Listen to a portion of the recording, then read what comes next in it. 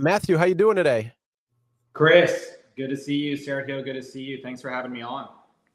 Matt, good to see you. Longtime fan, actually. We did 182 shows. You finally made it. There you go.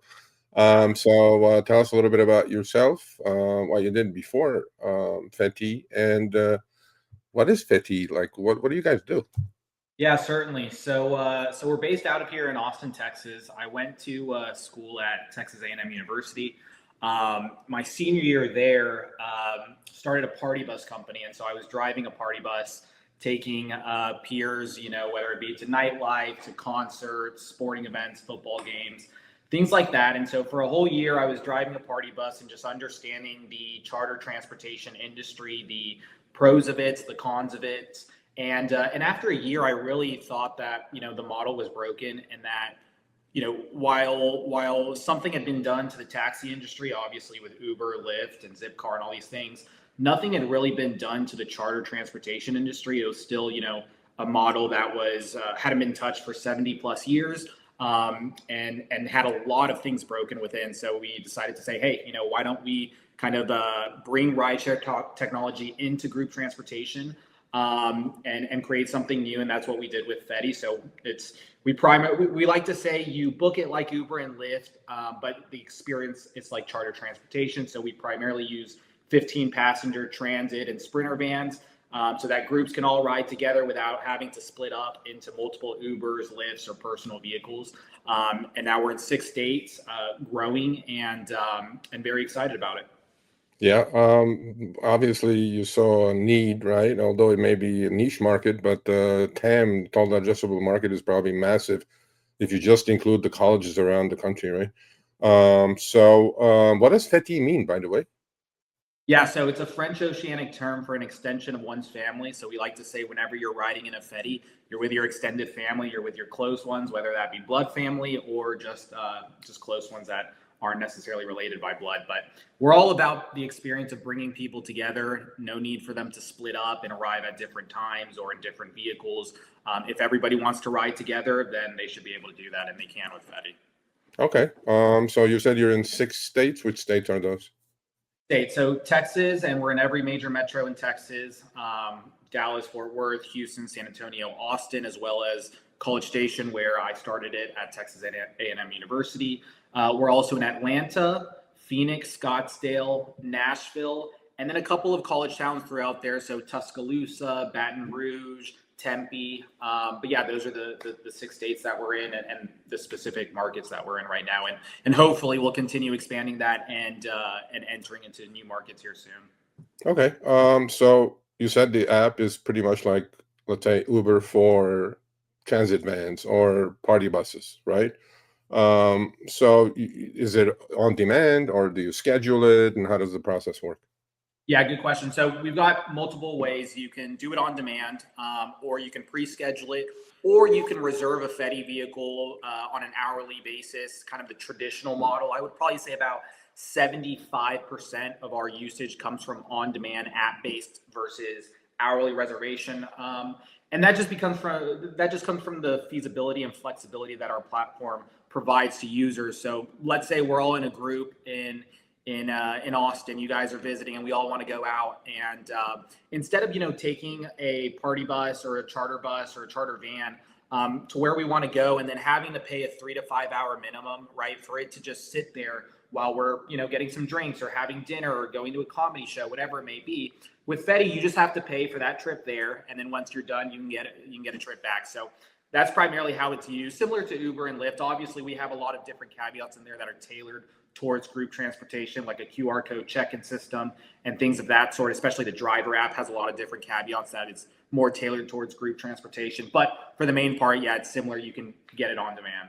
And then within the party, let's say there's 15 of us, like you said, within the party, everybody can split the bill, I guess, or one person pays and then they paid to him, or how does that process work? Yeah, good question. So that's kind of and like I said, when I was driving the party bus every week, one of the biggest things that we found were, let's say Uber and Lyft can kind of get away with primarily charging the booker because it's a 20-minute or a $20 charge or a $30 charge or a $5 charge, right? But with Fetii, it's a little bit harder to charge one person because it's a larger group. It's a larger kind of cost per trip. Granted, if you do the math, it actually is cheaper because you don't have to get multiple vehicles, but for Right. that one, right? So what we've done is we implemented a QR check-in system where on the vehicle, when it comes up, there's a QR code that can be scanned by the app by each passenger. They'll scan it, they'll get onto the vehicle, and they can pay for each other separately, $3 to $4 per person. Or let's say, you guys are visiting me, and of course, I want to be a great host. When I scan in, I'll cover everyone. So it's very flexible in that manner.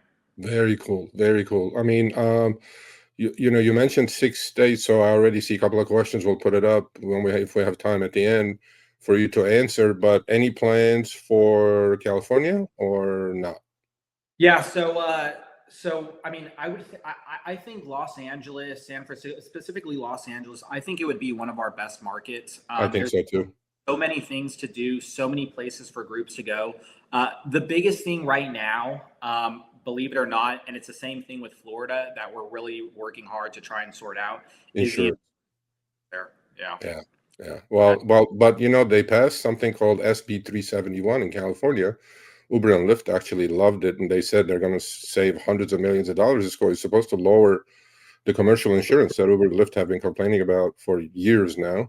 But as you know, we have a couple of little events coming up. It's called the World Cup and the Olympics. So you better get out here, man. No, you're telling me. I'm telling you. Yeah. No, you don't have to convince me. We're gonna try and get there as soon as possible. Okay. How about airports? Do you guys do pickups and stuff at airports yet, or? Yeah, we do. We haven't really marketed heavily there yet, but we do think that's a really good kind of market for us to tap into, especially when you're dealing with families who have a lot of luggages and could really use something bigger than an XL, for example. So that's something that while we do business at airports right now, that's only going to grow even more. Yeah, as you know, Uber is doing out of JFK. They have a shuttle now. But I think this is a wonderful idea. But let's pivot a little bit here, as opposed to what the app does and what it is. As you know, our audience is 99% drivers, right? And the number one complaint in the driver community for the last, I don't know, 5 years probably since the pandemic is earnings. So earnings have been declining consistently, and inflation, as we know, you don't have to be a driver to get hurt by inflation. Cost of living increases, obviously, we're experiencing that. And since it's earnings, how can I'm a Los Angeles driver, right, on Uber and Lyft. So let's say you show up in LA. What is the process? How do I get on? Do I have to go rent something from you? And is it still an independent contractor status work? Am I your employee? Just give us a little color about those. Yeah, good question. So we have two ways for drivers to get onboarded. The first one is a little bit more rare, but especially for people who have been on the platform for a while now, they do see the value in it. And that's if they either already have one or purchase or finance or lease a 15-passenger transit van that they want to put on our platform. So if that's the route, and I would, we've got a good sized portion of our drivers that do it that way. That's an option there. The other option is we do have partners that we can connect drivers with where they can rent a 15-passenger transit van. So almost similar to the Uber Hertz, right? Uber has it through Hertz, and Lyft has it through whatever. Okay. Exactly. And we really did that because obviously compared to Uber and Lyft, it's a little bit harder to get your hands on a transit van versus just being able to use your personal vehicle. But the pros, as you already know, is there's a lot of pros to not having to use your personal vehicle. Absolutely, yeah.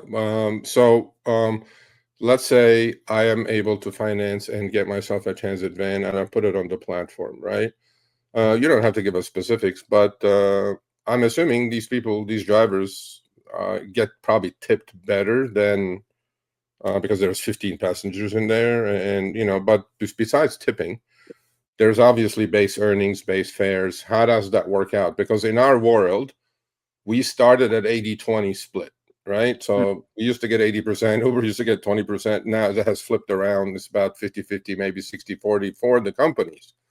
Yeah. So is the process the same? So let's say Fetii quotes the riders $100, and then does Fetii take half of it, or how does that work out? Like how basically without you don't have to tell me exact numbers, but you obviously you keep the data.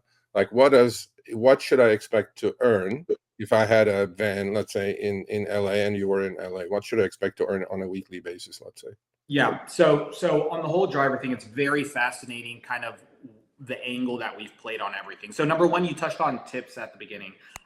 That's really unique because at the beginning of the show, I mentioned how when each person scans into the vehicle, they each scan on using the Fetii app, right? So what's really cool is post ride, each rider has the opportunity and is incentivized to also tip.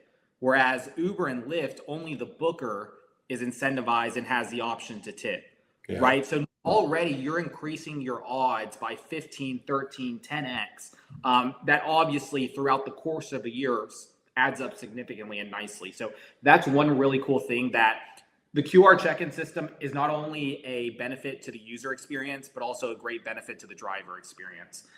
The other side of that too is the fact that we have one of the lowest churn rates for drivers in the whole industry.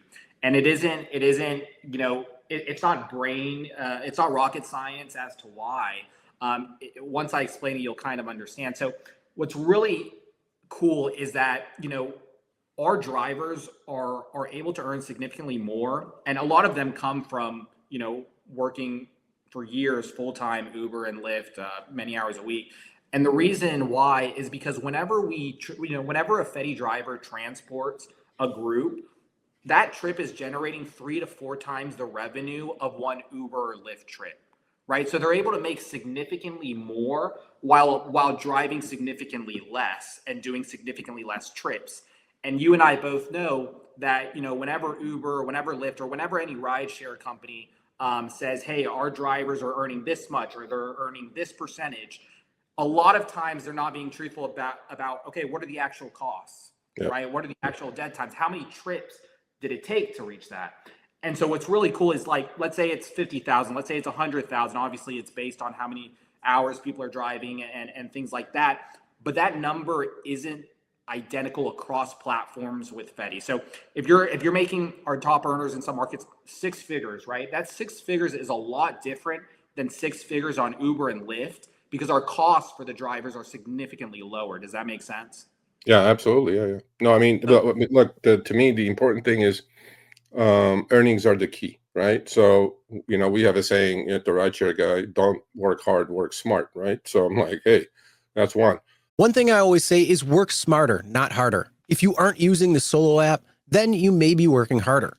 So let's change that. Download the app, link your accounts where you can manage your income, track your expenses, and project your taxes. Not only that, but you can plan by optimizing your time, make more, and even guarantee your daily pay with guaranteed earnings. Download Solo and begin to work smarter, not harder today. Link is in the description. All right, let's get back to it. The other thing is, I was going to ask you, you said most of the trips are on demand that are generated through the platform. By the way, we are independent contractors as drivers, correct? Just like Uber and Lyft is? Okay. So do you have, or have you been able to create enough density to take care of the demand? Because I can imagine demand is going to be there, but then most people, they're always in a rush. They order these things. They wait to the last minute. We know from Uber and Lyft how that goes. And then on top of that, they still make us wait, But the thing is, do you have enough density? Have you been able to create enough supply to cover the demand? Yeah, one thing that's really interesting is, contrary to Uber and Lyft, with Fetii groups and Fetii users, they're congregated in groups, and so their tolerance for a little bit of higher wait time is significantly higher than one person who's ready to go. And of course, let's say there is a sharp deadline, and those groups can pre-schedule in advance, up to 48 hours in advance. Now, we do have a lot of really good machine learning and artificial intelligence to take that data of pre-scheduled trips and understand what the anticipated on-demand will look like for a specific day or time or whatever that is. And of course, we relay that to our network of drivers so that, they're aware and they're ready to take care of those trips. Another thing too is that the way we're growing, both the demand side and our driver side is, we're not in the business like Uber and Lyft where it's, hey, let's just overload the supply side and let it play out and see what happens. We meticulously kind of treat the supply demand equilibrium properly to ensure that there's not oversupply. And then of course that there's not over demand. And it's a little bit more controlled, not necessarily because that's how we like it, but also that's just the nature of the business, because like I said, not everyone has a Ford Transit sitting around. Yeah. Right. So because of that, the business kind of organically sorts itself out a little bit better than other platforms. Are there like things, because as you know, Uber and Lyft are dynamic pricing, like surge pricing and things like that. Is there a chance for the drivers, for Fetii drivers, to earn more than a base fare, let's say? Is there surge times? Are there bonuses, quests, things like that? Do you apply those kind of programs? Yeah, certainly. So we do have dynamic pricing, and of course, as you can imagine, I'm sure it's the same with Uber and Lyft. You can earn significantly more on, bigger concerts, football game days, music festivals. Here recently in Austin, we had Austin City Limits and F1, and of course Halloween, which I know every rideshare driver is a fan of. But yeah, of course, during those times, demand surges, so we make sure that drivers are compensated accordingly. Okay, couple of minutes remaining. So I was talking to you in the green room. I read, I don't know, maybe it was a year and a half ago or something like that. Obviously, Fetii is here to stay. I mean, I've followed your history, but maybe I'm wrong, but when a name like Mark Cuban gets involved, right, a billionaire, let's say, because I guess his daughter used the service and she loved it and talked to her dad about it, and he made an investment. Is Mark Cuban still involved with the company? Yeah, that's correct. So Mark's heavily involved. He understands the vision and understands the value add to both users and drivers, and sees kind of where the inadequacies have come from previous platforms like Uber and Lyft. So he's very excited to kind of join on and really build this even further and even greater. So he's been a great partner, that we're happy with. Yeah. Okay. Well, I'll give you the floor. We have a couple of minutes remaining. You close us up if there's anything else you want to add. There were a couple of questions like, are you going to Miami? Let's say, I think Miami would be perfect for that. But I understand about the Florida and the California markets, but hopefully insurance is going to get better. If I forgot anything, please go ahead and then finish us up. Yeah, no. Well, number one, thank you for having me on. I know I've known Harry for a couple years now, and I really appreciate everything he's done for the industry as well as you two. With that being said, to the comment as well, whether it's Miami or Los Angeles, any markets that we're not in, or even markets that we are in, if you go onto the website www.fetii.com, fetii.com, there's a portion for drivers to submit their information, and we can easily reach out whenever we're launching in that market, and we'd love to get them involved. It speaks for itself. It truly is a good experience and better experience than traditional rideshare, and that's something we're proud of. And obviously, we love to get as many people to experience that as possible. But yeah, in the meantime, if there's people in our current markets that are interested, they can go there as well. And we'd love to get them more information. And in the meantime, we'll just continue going and hopefully bring in, great experiences to more groups across the country. Yeah, I like the platform, and I like the idea. I actually do like the idea a lot. So folks, the link is in the show notes. If you're interested, if you're in one of the markets they already are servicing, and if you're looking for a little bit of a change from dealing with one at a time and Uber and Lyft and all those headaches, go give it a run. There are many ways to skin the cat, and we always tell our drivers, the more apps, the better it is. So Matthew, thank you for coming on. We appreciate it. We'll keep in touch, and please keep us posted with all the changes. Will do. Thank you, Sergio. Thank you, Chris, for having me. It's an honor. All right. Take care. Take care. Bye. Bye-bye. All right, thanks for watching. That short little clip was from our live stream, Show Me the Money Club with Sergio and myself, Tuesdays, 6 p.m. Eastern, 3 p.m. Pacific. Make sure you subscribe, turn on all notifications so you'll be notified when we go live, as well as all of our awesome content. Make sure to check out this video right here, which will take you to the entire live stream, or check out this video right there. All right, drive smart, everyone.